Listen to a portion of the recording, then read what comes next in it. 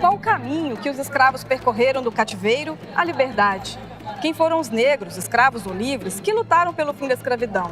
E como é possível reparar a desvantagem social do negro no Brasil? É o que você vai ver agora no Caminhos da Reportagem. A escravidão marcou de uma forma muito maligna a história do Brasil, né? O processo histórico é muito complexo. A escravidão não escapa a isso. Eu vejo uma história de um crime contra a humanidade. Imagine ser arrancado de sua família, acorrentado, trancafiado, privado de luz, água e comida. Imagine ser negociado, jogado num porão quente, úmido e superlotado por semanas, sem ter a mínima noção do seu destino. Chegou à conclusão de que a pior invenção da humanidade foi o navio negreiro, né? Era uma viagem que durava cerca de 2 meses, né? Com alimentação extremamente precária, várias doenças, né? Você não conseguia se levantar, você passava 2 meses sentado, várias mortes, né? Violência sexual, violência física. Ao mesmo tempo que se sabe que isso houve, sabe-se também que houve preocupação por parte dos traficantes, dos comerciantes, em perder menos a carga. Durante todo o período do tráfico negreiro, o Brasil recebeu quase 5 milhões de africanos, o que representa 46% de todo o comércio de escravos das Américas. Estamos a falar de quase 1/3 da população africana que foi desenraizada, retirada à força dos seus sítios ou dos seus lugares de origem. Os portugueses eram os senhores do tráfico no Oceano Atlântico. Nem precisavam entrar no continente africano para capturar os escravizados. As constantes guerras entre as diversas tribos faziam um número alto de prisioneiros, que eram logo levados para a costa. Então, não é uma escravidão que começa aqui. Já existia um tipo de escravidão na África entre tribos que se lutavam, se aprisionavam, mas isso era uma coisa que era feita lá e que tinha seus mecanismos de contenção lá. Na costa da África, na ilha de Cabo Verde, funcionavam dos postos de receptação desses prisioneiros que vinham do interior do continente. A Cidade Velha, Beira Grande, começou na altura a ser o grande centro comercial do Oceano Atlântico, Atlântico Sul, estando precisamente no cruzamento das rotas entre a costa ocidental africana, a Europa e as Américas. O quantitativo humano que saiu da África para servir nesse comércio triangular e que teve Cabo Verde, ou as ilhas de Cabo Verde, como um centro de adaptação, readaptação, antes de serem reexportados ou utilizados como carga humana. O comércio atlântico de escravos para o Brasil começou aqui em Pernambuco. E a província de Pernambuco tem a vergonha de ser um dos pouquíssimos lugares do mundo que recebeu gente da África permanentemente, sem interrupção, desde o século XVI até o século XIX. A escravidão africana no Brasil começou aqui. A turística ilha de Itamaracá, em Pernambuco, servia de porto clandestino para o desembarque de cativos. Foi ali, por volta de 1845, que um africano muito especial desembarcou, Mahoma Baquaqua. Ele é o único dos 12 milhões e meio de africanos que vieram para a América que deixou um livro de memória. O único, comprovadamente, é ele. E ele desembarcou aqui. Baquaqua sabia ler, escrever e contar e deixou um livro publicado em 1854 no Haiti, contando tudo o que sofreu desde a captura em Benin até a liberdade. Em 1845, quando Baquaqua chega aqui no norte de Pernambuco e é vendido para um padeiro, provavelmente em Olinda, ele trabalhava inicialmente como carregador de pedras. Era um trabalho muito duro e ele coloca que em certa ocasião ele tenta suicídio, mais de uma vez inclusive, e antes que ele conseguisse se matar, vamos colocar assim, o seu senhor o vende para um comerciante da Praça do Rio de Janeiro. O Rio de Janeiro foi a cidade que mais recebeu navios negreiros no mundo. 2 milhões de escravos africanos podem ter desembarcado nessas pedras, que hoje fazem parte das ruínas do antigo Cais do Valongo, na área portuária.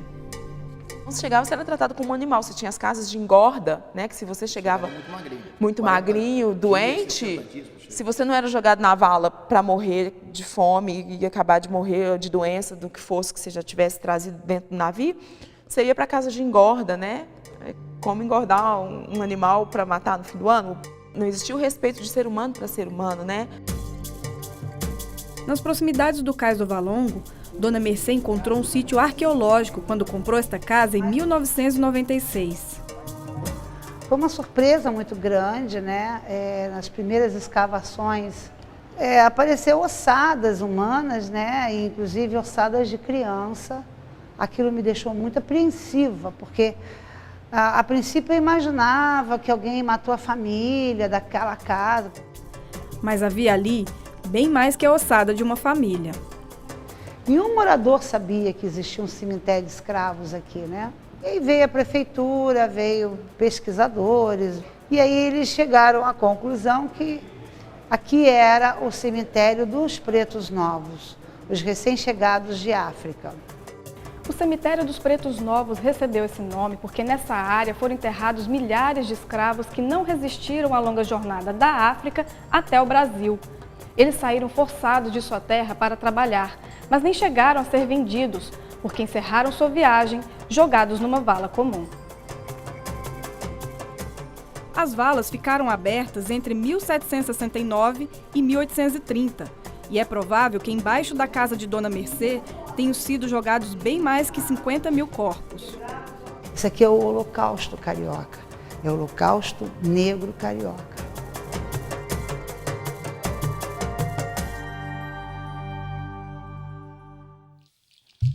Quem não morria era exposto no mercado e logo vendido para algum senhor. No século XVIII, com a descoberta do ouro nas regiões das Minas Gerais, houve uma verdadeira corrida por mão de obra escrava especializada.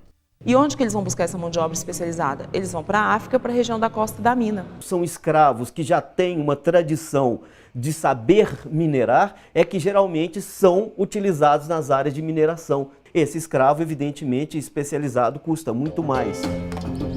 Ouro Preto, a capital das Minas Gerais, na época, chamava-se Vila Rica e chegou a ter, no auge da mineração, uma população de 50 mil pessoas, a maioria negra. Foi com a mão de obra escrava que Vila Rica prosperou. Eles escavaram minas, extraíram riquezas naturais e enriqueceram ainda mais a coroa portuguesa. Só a mina de Chico Rei produziu 25 mil quilos de ouro. Chico Rei é do Congo belga, né, do norte da África. E ele foi capturado, ele foi comprado na mão dos holandeses, pelos portugueses, exatamente porque eles já tinham know-how de exploração de ouro e diamante. Ele jurou para os súditos dele, se vocês permanecerem tendo a mesma obediência que tinham com meu pai, lá no Congo, chegando nesse país desconhecido, eu vou lutar pela nossa liberdade. Toninho é hoje o dono da antiga mina de Chico Rei. Não encontra pepitas, mas explora o turismo graças a essa história que mistura lenda com realidade. A do escravo que enriqueceu, libertou sua tribo e foi coroado em plena Vila Rica. O próprio dono da mina falou com ele, você não merece ser escravo, eu vou te alforriar. Aí alforriou o Francisco e daí para frente o Francisco foi pagando o Major Augusto e foi alforriando a tribo dele por hierarquia até formar uma comunidade negra totalmente independente no Brasil. E aí entra a parte fictícia, né? Que é a lenda, sem comprovação documental, que ele descobre uma quantidade muito grande de ouro dentro dessa mina, mas ele não conta. Ele vai tirando um pouquinho, vai pagando. Quando ele consegue pagar o seu alforria, ele propõe a compra da mina para o seu senhor. A partir do momento que ele compra a mina, ele vai também comprando a liberdade de seus escravos com o ouro que ele extrai de lá. Era interessante para o governo ter um representante negro aqui em Ouro Preto ou em Minas Gerais, porque a maioria era negra. Se eles se revoltassem, iria ser uma tragédia para os brancos. Então, o Chico Rei libertava os escravos com essa garantia. Não sem baderna, sem revolta, e também proteger os negros. Documentalmente falando, nada se conhece que comprove a existência desse Chico Rei ou de qualquer outro escravo nesse perfil que tenha tido essa história. Polêmico Chico Rei. Com toda a riqueza extraída da mina, ele teria construído a igreja de Santa Efigênia e dançado o congado em frente a ela no dia 6 de janeiro, justamente o dia de Reis. Mas se ele não existiu, quem teria erguido o templo? Certamente uma irmandade inteira de homens negros alforriados ou que já nasceram livres. Na região de Minas Gerais, o peso do catolicismo foi muito grande. Então, o que você teve aqui? Você não teve a explosão de terreiros que você teve na Bahia, mas você teve a constituição de irmandades negras. Aqui hoje, por exemplo, a gente está na igreja, que é a igreja de Santa Efigênia e Nossa Senhora do Rosário da Cruz, que é uma igreja que a irmandade foi essencialmente negra. A igreja de Santa Efigênia não era a única dos negros de Vila Rica. Mais imponente ainda era a igreja de Nossa Senhora do Rosário dos Homens Pretos. Dentro dela estão os 4 santos negros do catolicismo: São Elesbão, Santo Antônio de Cartagerona, São Benedito e a própria Santa Efigênia. Tem um santo negro na igreja, quer dizer que eles não estavam tanto perdidos assim. Eles tinham um ponto de apoio. Eles não eram uma raça amaldiçoada, como muitos diziam. Durante a construção, os escravos conseguiram auxílio financeiro dos seus próprios senhores. Nos livros da Irmandade nós encontramos muito todas as pessoas eminentes da capitania, inclusive os governadores, doando dinheiro para a festa do Rosário, alguns como protetores. Esse senhor precisava da Irmandade, porque na hora que o negro ficava pobre, doente, quando ele não dava mais conta de trabalhar, quem que amparava ele? No serviço da Irmandade, ali ia lá visitar o doente, quando ele morria, era a Irmandade que enterrava. Se na antiga Vila Rica o ouro correu farto para a construção e ornamentação da igreja de Nossa Senhora do Rosário, o mesmo não se pode dizer de outra cidade mineira, Sabará. Durante 120 anos, escravos e alforriados da Irmandade de Nossa Senhora do Rosário dos Pretos da Barra de Sabará trabalharam na construção desta que seria a maior igreja da cidade. Como se pode ver, a obra nunca foi concluída, seja pelo fim do ciclo do ouro, seja pela falta de dinheiro, seja até mesmo pela falta de mão de obra.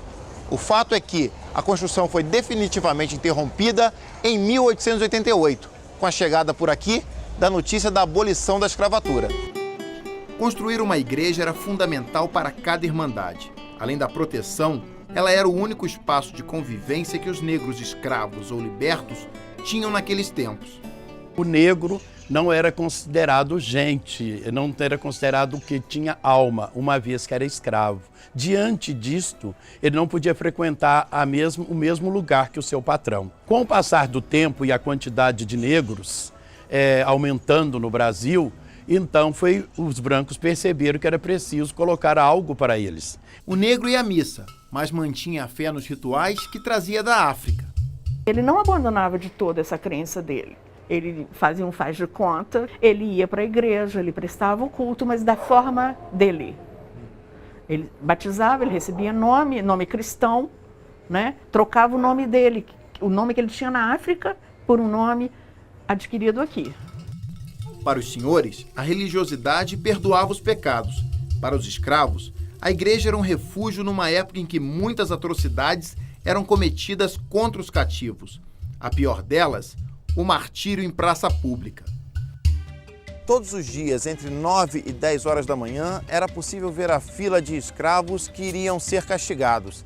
Iam eles de 2 em 2, amarrados pelo braço e sob a escolta da polícia até um local determinado, pois era muito comum que nas praças principais de cada cidade existissem pelourinhos, com o intuito de mostrar para a população os escravos que iam ser castigados. O pelourinho era uma punição, as pessoas levavam chibatadas, a gente conhece as punições da Inquisição, então é uma sociedade que está funcionando numa outra lógica ética. Que o castigo exemplar era bem visto, o castigo excessivo que não. Poderia trocar de dono desde que você sofresse castigos abusivos. Ia à justiça e relatava o fato que era averiguado, mas você teria que ter um interlocutor. O ciclo do ouro acabou, as minas já não produziam mais, Vila Rica começou a esvaziar, mas a escravidão estava longe do fim. Houve o ciclo do pau-brasil, o ciclo da cana-de-açúcar, o ciclo do ouro, o ciclo do café. Todos esses ciclos estavam dentro do ciclo da escravidão, né? Os comerciantes, as pessoas mais ricas do país, eram traficantes de escravos. A partir de 1828, o Brasil descobre outra fonte de riqueza, passa a ser o maior produtor e exportador mundial de café. As terras altas e o clima do Vale do Paraíba favoreceram a produção de café no século XIX. E foi nas grandes propriedades com mão de obra escrava que as lavouras se desenvolveram. Nesse momento, exatamente, é que está havendo a ascensão do café, né? Está se formando uma nova classe dominante de lavradores envolvidos no café, gente muito poderosa, né? Os barões do Vale do Paraíba, entendeu? Barões como o comendador Manuel Antônio Esteves, que tinha em torno de 700 escravos, todos eles registrados em um livro guardado na fazenda Santo Antônio do Paiol, em Valença, no Rio de Janeiro. Para o trabalho, a profissão, escravo trabalhava, aquele que trabalhava na lavoura, dos 42 anos, geralmente ele não passava, que era muito judiado, muito sugado mesmo, o máximo que ele poderia dar, né, no trabalho. Não era um produto barato, exatamente por isso, não era um produto tão descartável quanto às vezes a gente lê e escuta, não é, alguns dizendo. Nem sempre. Um escravo homem, jovem, forte, custava, em Minas Gerais, na primeira metade do século XVIII, algo em torno de entre 250 e 350 mil réis. Com esses mesmos 250, 350 mil réis, se poderia comprar talvez 10 cabeças de vaca, ou o valor de um sobrado de 2 andares. Esta é uma das fazendas mais preservadas do Vale do Paraíba. Ela começou a ser construída no século XVIII e ainda mantém boa parte da estrutura daquela época. Mas não é uma fazenda qualquer. Aqui funcionou um grande centro clandestino de reprodução de escravos. Além de serem tratados como reprodutores, ali os negros viveram um dos maiores calvários da escravidão. Era embaixo da Casa Grande que ficava a masmorra, para onde eram levados os escravos considerados desobedientes. Preservados até hoje, os troncos de tortura ainda guardam as marcas de sangue do período mais cruel da história do Brasil. Tá vendo aquelas manchas escuras na madeira? A gente já raspou, já mandou ver, é sangue realmente. Isso aqui nunca ficava vazio, porque sempre tinha preso. Então era uma turma já presa, a outra que tinha saído daqui muito machucada, estava do lado de cá, curando com sal grosso as costas. O outro que já estava chegando aqui, para quando vagasse ele poder entrar.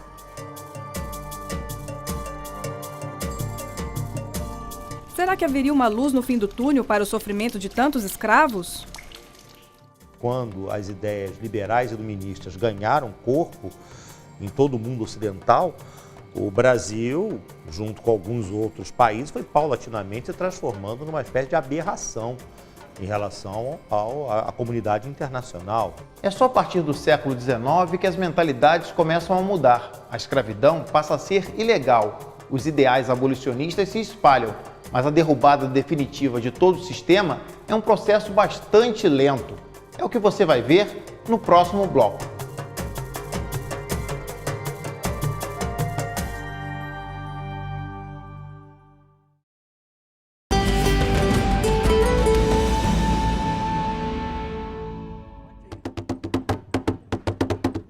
Onde há escravidão, há fuga. Em busca de liberdade, os escravos cantavam e fugiam. O sinal vinha do próprio batuque. Era um aviso para os escravos. Eles podiam correr, que o capataz estava distraído. O candongueiro no quilombo é usado como dedo duro. E o candongueiro, ele bate num ritmo diferente do tambu. E o candongueiro era que marcava a hora e a posição e quando a pessoa podia assim, sair na fuga. E quando também a fuga fosse descoberta, o candongueiro ele tem assim, uma facilidade de mudar de toque sem prejudicar o ritmo. Aí mudava o toque dele e os caras sabiam que tinha que esconder que tinha sido descoberta a fuga. Além da fogueira, ajuda todos irmãos, marcha! Numa época em que a escravidão estava longe de acabar, a fuga era a forma mais rápida de liberdade. Era um fenômeno muito intenso mesmo. Provavelmente poucos escravos não tinham no seu currículo uma fuga pelo menos. Seguindo pelas matas ou pelos rios, os escravos se refugiavam em pontos distantes das fazendas e formavam os quilombos. O quilombo, de um modo geral, é uma resistência de trincheira, podemos dizer. Uma coisa que as pessoas buscavam um local para se refugiar, se proteger. Na Serra da Beleza, interior do estado do Rio de Janeiro, está o quilombo São José da Serra. É provável que os primeiros negros tenham ido para lá por volta de 1830, fugindo das fazendas de café. Nós somos da região do Congo, tá? São os negros bantos, né, que veio da Bahia para o Rio de Janeiro. Aí, meu velho aí, ó. Deus abençoe. Direitinho? Isso. E meu pai veio de lá, meu avô foi comprado lá, era cativo, né? E quando deu uma folga lá e fugiu para aqui, por quilômetro. Com o tempo veio a liberdade e isso ficou por aqui mesmo, né? Seu Manuel, 96 anos, é o patriarca da comunidade. Foi filho de escravo e ouviu histórias que o tempo não apaga. Do escravo ficar com os braços abertos, amarrados. Já o capataz amarrava, né? Dormia ali amarrado. E batia. Memórias tão marcantes para os negros que as gerações passam e ninguém esquece.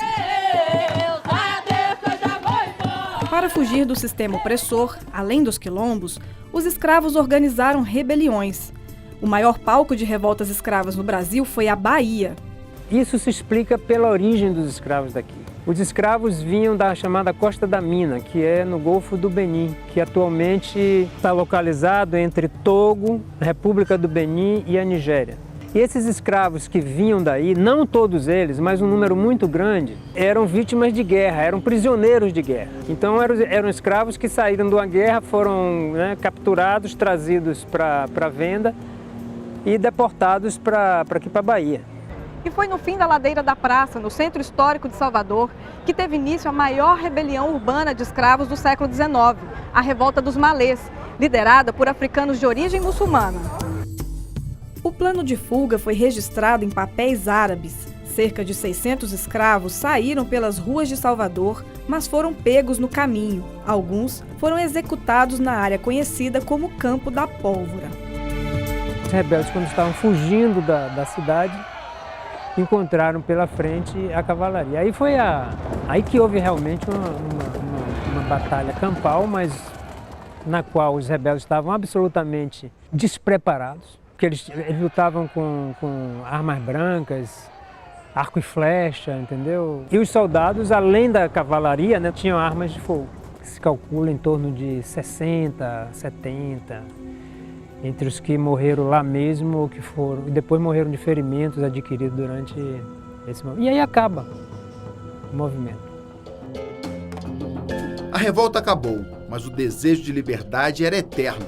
Tanto que os escravos que viviam nas cidades podiam negociar diretamente com os seus senhores uma alforria. Alforria significa liberdade. E essa liberdade podia ser concedida gratuitamente pelo senhor de escravos e mediante a compra. Então, o patrono estabelecia um preço pela liberdade e esse escravo tinha que amealhar esse dinheiro para que ele pudesse comprar essa liberdade. Nós conseguimos identificar uma forma que foi muito comum durante todo o século XVIII em Minas Gerais.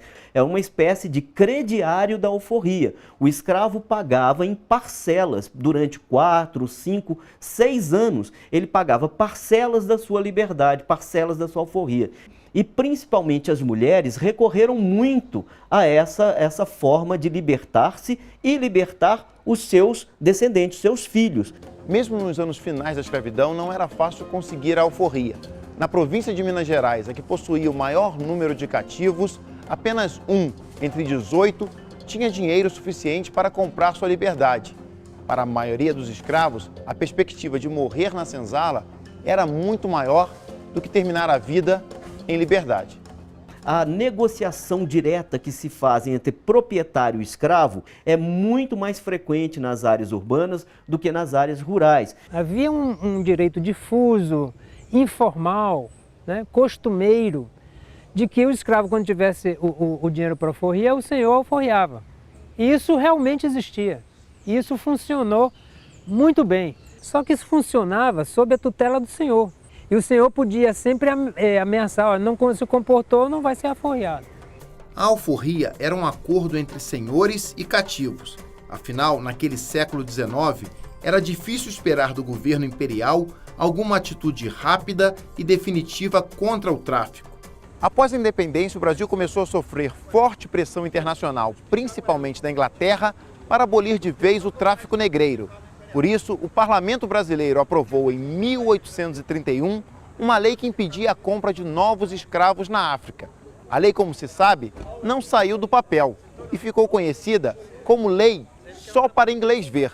Há uma tentativa de fazer a lei ser cumprida no início, mas de fato ela começa a ser burlada por todos os lados e finalmente os próprios grupos predominantes na política brasileira vão fechar os olhos. Uma lei para inglês ver, houve realmente uma corrida por parte dos senhores de escravos por comprar mais dessa mão de obra, já que o medo é que a possibilidade de trazer gente da África para trabalhar como escravos acabasse. Os traficantes quiseram abastecer o mercado intensamente para poder ficar com mercadoria, né, disponível para o momento em que o tráfico terminasse, na esperança de que os preços iriam lá para cima. Pelo menos 750 mil escravos africanos entraram de forma ilegal no país depois dessa lei até o ano-chave de 1850. Em 1850 foi criada uma lei que foi batizada como a Lei Eusébio de Queiroz, que proibiu também, além dessa outra anterior que a gente falou, de 1831, que proibiu definitivamente o tráfico de escravos no Brasil. Né? Então a questão é, por que a de 31 foi uma lei para inglês ver, como foi jocosamente apelidada, e a de 50 a gente considera na historiografia como uma lei mais eficiente? Quando termina o tráfico de escravo, o preço do escravo começa a crescer, as cidades estão se urbanizando e então essas pessoas começam a perceber que é melhor você vender o escravo e comprar uma casa, por exemplo. Se não podia mais trazer escravos da África, era melhor cuidar daqueles que já estavam por aqui, como aconteceu nesta antiga fazenda de café no Vale do Paraíba. Essa farmácia, ela veio marcar, né, a lei de Eusébio de Queiroz, que proibia o tráfico negreiro no Brasil. Então foi uma iniciativa dos fazendeiros para poder cuidar melhor dos escravos que eles tinham, porque não podiam trazer outros escravos. Outra lei pró-escravo só veio em 1871. A Lei do Ventre Livre, assinada pela Princesa Isabel, libertava todo filho de escrava nascido a partir daquela data. A chamada Lei do Ventre Livre, que não apenas aboliu o ventre da escrava, e que mesmo assim aboliu meia boca, porque a criança escrava serviria ao senhor até 21 anos de idade, e, portanto, em termos práticos, ele podia ser usado como escravo.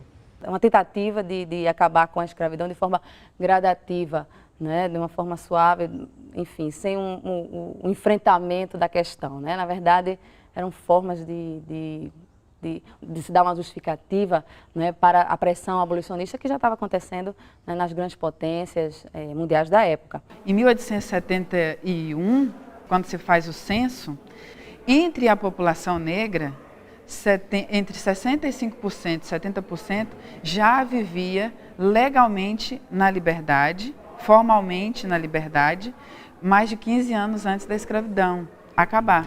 Pressões de todos os lados fizeram o Império do Brasil libertar todos os escravos que já tinham mais de 65 anos, em 1885.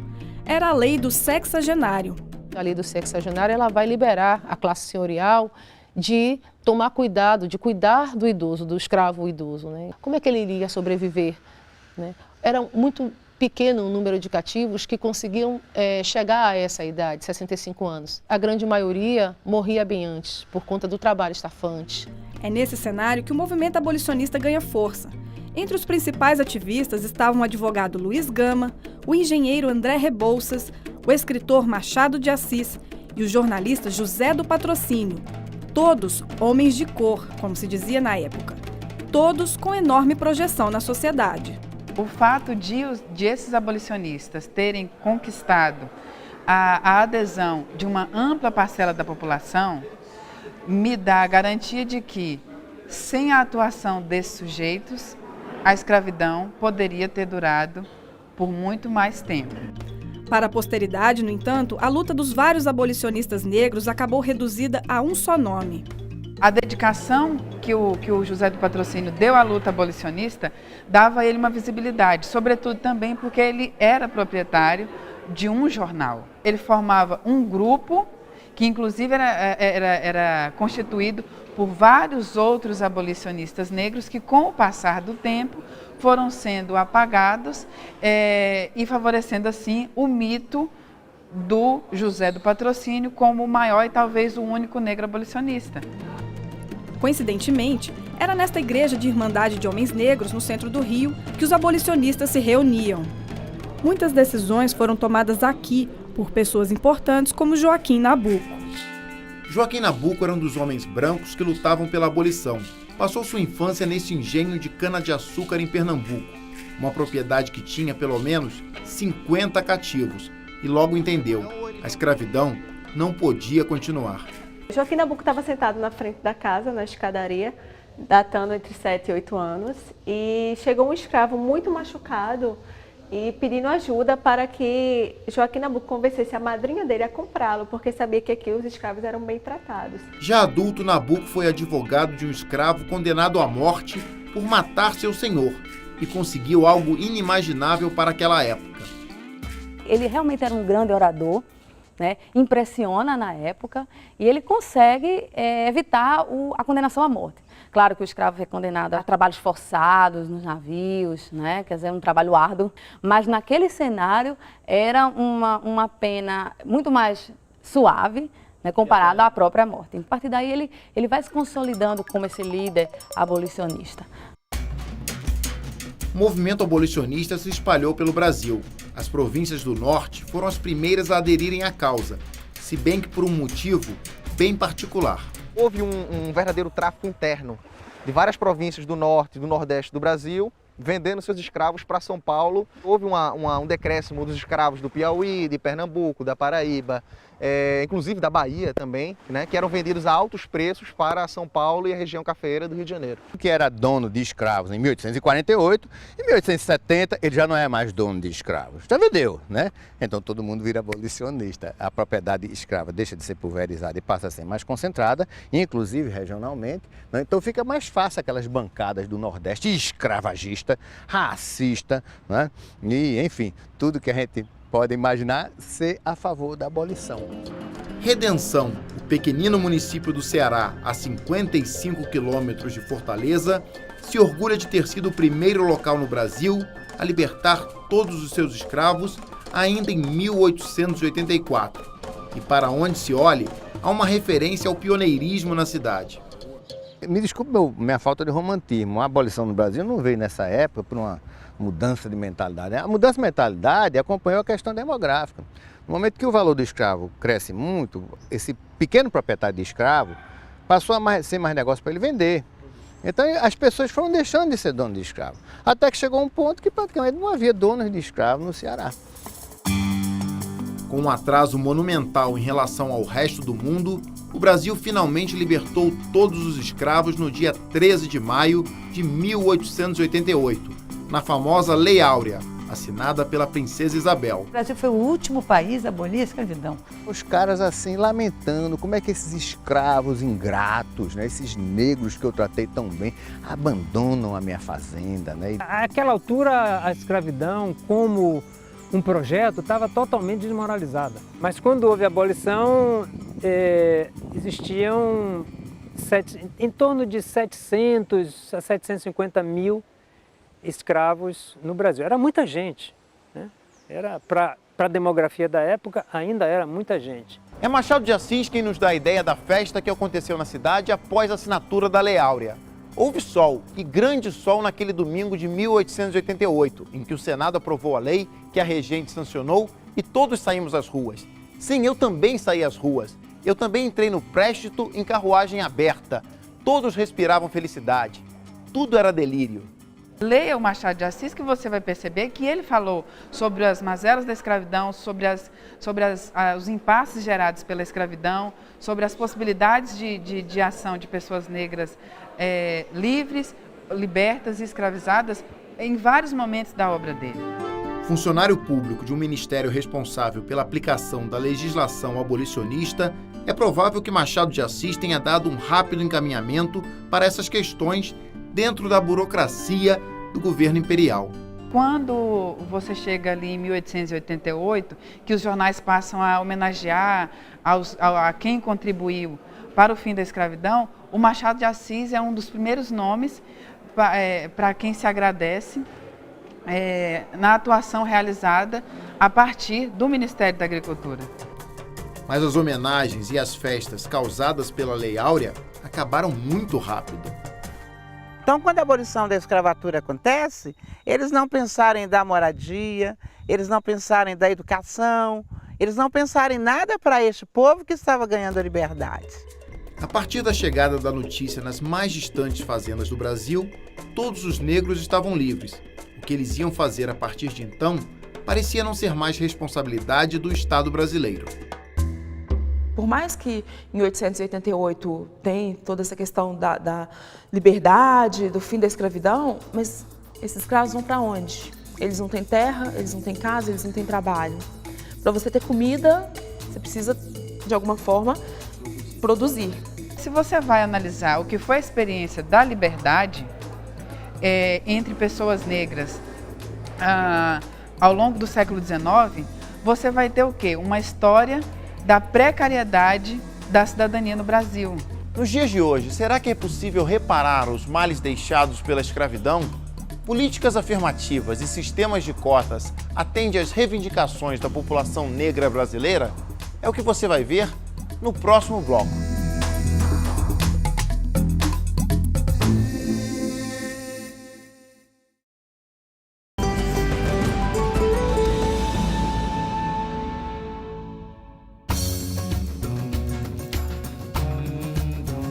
Nos primeiros anos após a abolição, não havia uma fronteira clara entre escravidão e liberdade. Porque como você falar de direitos, se mantinha a escravidão. Depois da escravidão, nós passamos muita fome ainda na fazenda. A abolição veio, mas não libertou o negro. Sem ter para onde ir, era comum que o negro liberto voltasse a trabalhar para o seu senhor. Quando fala libertação, foi o pior momento do negro aqui na nossa região, porque o que aconteceu? Eles pegaram o negro e colocaram na estrada, onde eles não tinham comida, onde eles não tinham a bebida, né? Então eles ficavam o dia todo na porta de novo, na porteira da fazenda, tentando voltar. O que faz o negro na fazenda do senhor? Senhorzinho mandou embora, porque que o negro voltou? Senhorzinho mandou embora, porque que o negro voltou? Dentro da fazenda era o castigo, que era o couro, era a senzala, era açoitado. E a estrada era a fome e a sede, que aterrorizava a vida dos escravos. Com algumas poucas exceções, André Rebouças entre eles, José do Patrocínio também, que falavam em alguma forma de indenização para os últimos escravizados em terras. A grande discussão na hora da abolição foi a indenização dos senhores, porque os senhores foram indenizados na Inglaterra, foram indenizados na Rússia. No Brasil, a chamada Lei de Terras, em vigor no momento da abolição, dificultava o acesso dos ex-escravos à terra onde moravam e trabalhavam. Uma mudança na legislação era o que defendiam alguns abolicionistas, como Joaquim Nabuco. Para Nabuco não bastava somente a abolição. Liberdade por simplesmente liberdade. Simplesmente a liberdade, né? Era preciso, como ele dizia, oferecer dignidade para as pessoas e essa dignidade passava pela terra. Quer dizer, o país só poderia crescer se a lei agrária fosse efetivada. Ainda hoje, as comunidades quilombolas lutam pelo direito de permanecer na terra onde construíram a sua história. Hoje, graças a Deus, e hoje nós estamos no processo aqui de titulação da terra, né? Parte da terra já é da comunidade, tá? Nós só tomamos com a partinha, um pequeno pedaço aqui que tá em questão. Isso que se deu assim a liberdade para o quilombo. Mais de 120 anos após a abolição, o Brasil ainda é marcado pelo racismo e pela desigualdade social. Uma pesquisa das Nações Unidas mostra que o Índice de Desenvolvimento Humano, aquele que mede o nível de renda e acesso à saúde, educação, entre outras políticas, é menor entre os negros do que entre os brancos. Os negros saíram da lavoura do café, foram para a favela, mas estão sendo massacrados até o dia de hoje. Então é óbvio que essa questão da cidadania da população afrodescendente era um problema no século XIX e, com todas as evoluções que vieram percorrendo ao longo do século XX, continuam sendo um problema também no século XXI. O racismo e a xenofobia que infelizmente continuam a perpetuar nas nossas sociedades e que não deixa de ser uma reminiscência de todo esse caldeirão surgido no século XVI. Comparado ao período da escravidão, vivem hoje os jovens negros brasileiros morrendo na mão do Estado o tempo todo. Comparado ao período da escravidão, vive hoje domésticas sem 100% dos seus direitos garantidos. Não temos condições sociais, econômicas, políticas. E comparado ao período da escravidão, somos nós que ainda não temos voz no Congresso Nacional.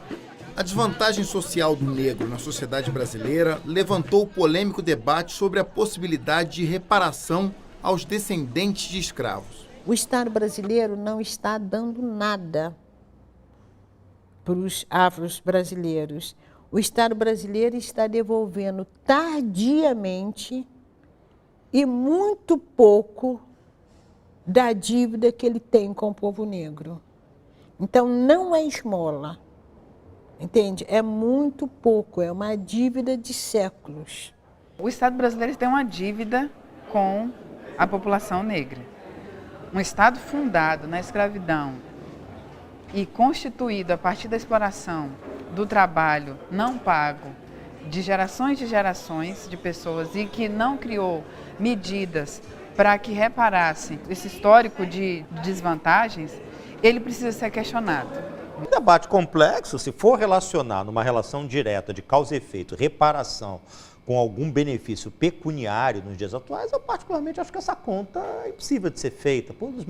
Tecnicamente, contabilmente, politicamente, acho que não há muito como. É impossível certos países ou certas nações pagarem a dívida que têm para o continente africano. Porque isso, numa perspectiva demográfica, estamos a falar de um continente que em menos de 2 séculos foi completamente dizimado. Então, o que a gente está querendo dizer com a reparação é reparar a memória, a história, a presença, os símbolos, as personalidades dessa vivência negra que vem até hoje. Para discutir as possíveis formas de reparação, a Ordem dos Advogados do Brasil, a OAB, criou recentemente a Comissão da Verdade sobre a Escravidão Negra. Vamos discutir a reparação e vamos discutir a verdade da escravidão da mesma forma como foi feita na Comissão da Verdade sobre a Ditadura.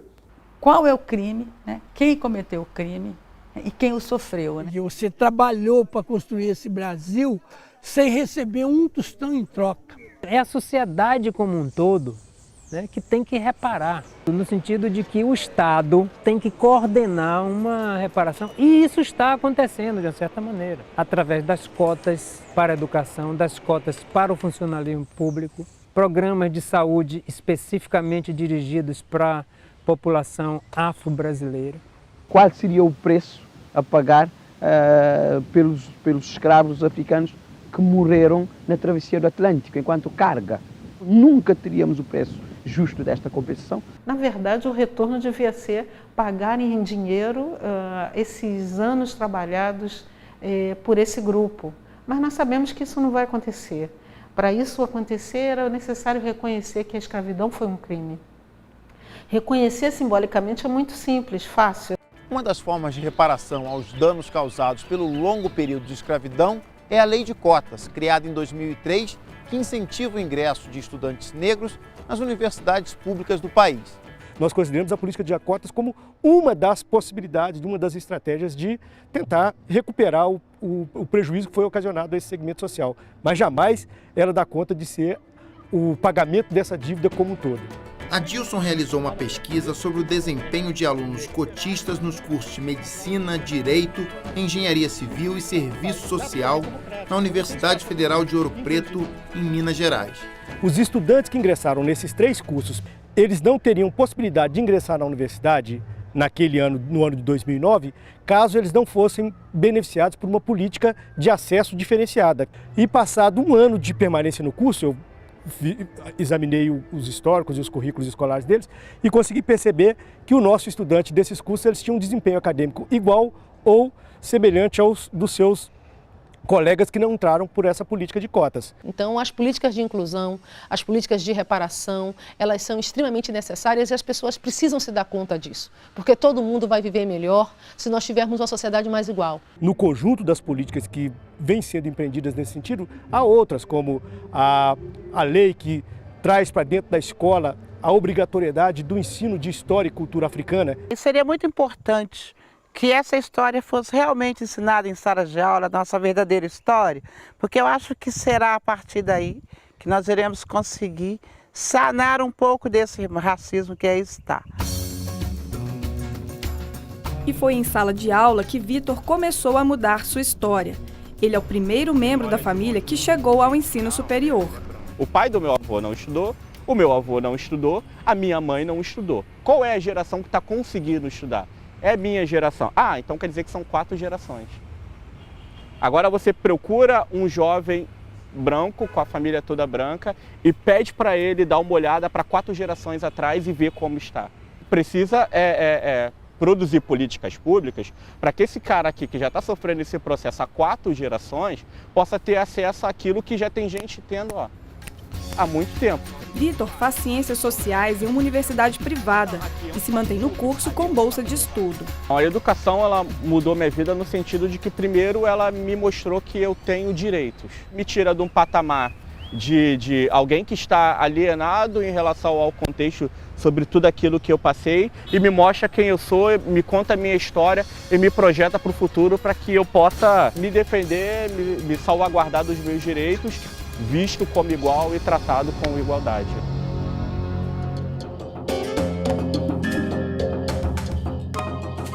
A educação também marcou a história de Dona Zica. Ela foi empregada doméstica dos 8 aos 65 anos de idade.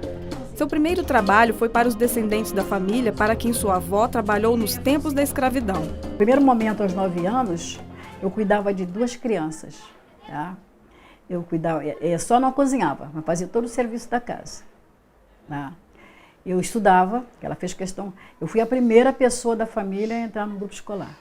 Quando o tempo passa, a partir de tomar uma consciência que a gente veja, que eu percebo, eu fazia um trabalho escravo. Ainda criança, quando os patrões atrasaram o pagamento, Dona Zica fez a sua primeira reivindicação por direitos trabalhistas.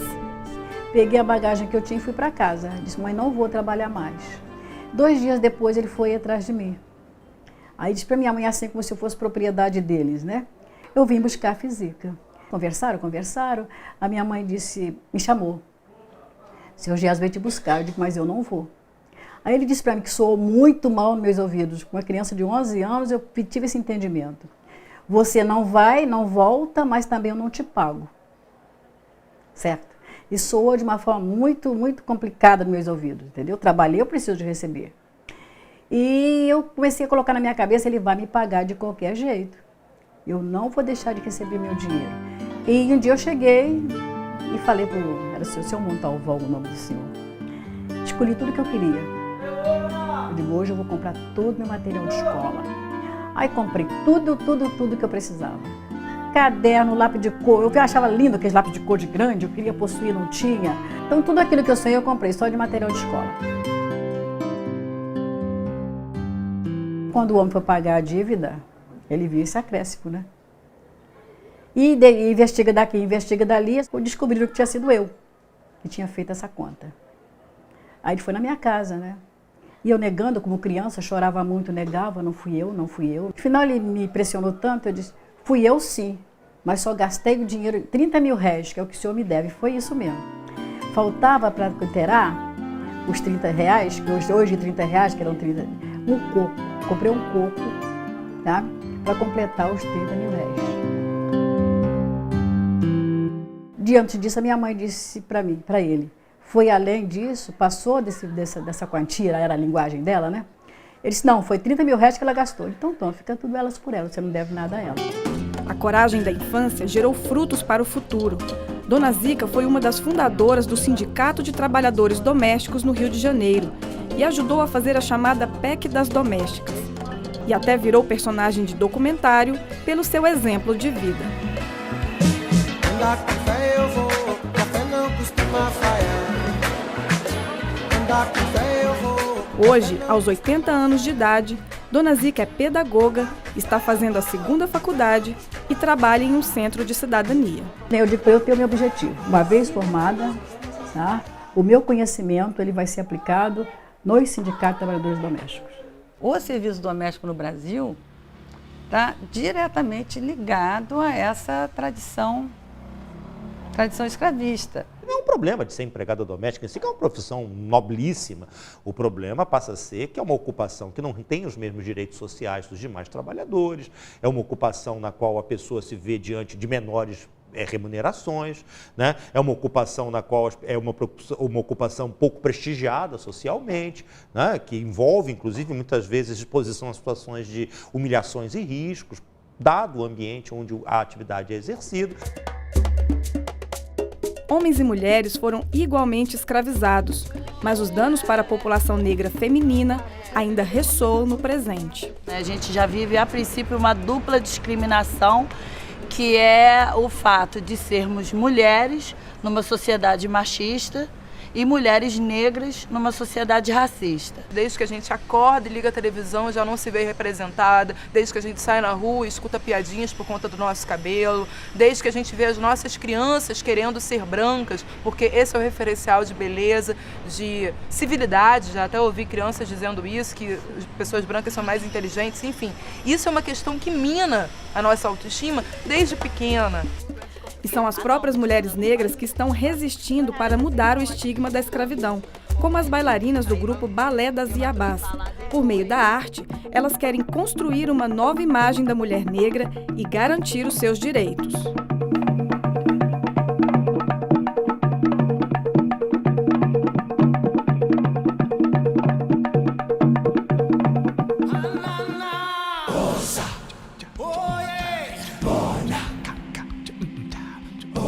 A memória da escravidão vai além da dor, das marcas nas senzalas e dos monumentos construídos pelas mãos dos que foram escravizados.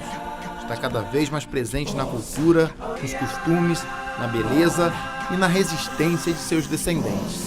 A escravidão aqui, ela é tão fortalecida e entrou tanto no inconsciente coletivo que existe um certo apagamento dela na memória. Os negros fundaram a liberdade no Brasil. Não fundaram a escravidão. Quem fundou a escravidão foram os escravizadores. Que nós não estamos querendo nada de ninguém, só está querendo o que é de fato deles. Né? Porque o negro ele trabalhou muito para a construção desse país, né?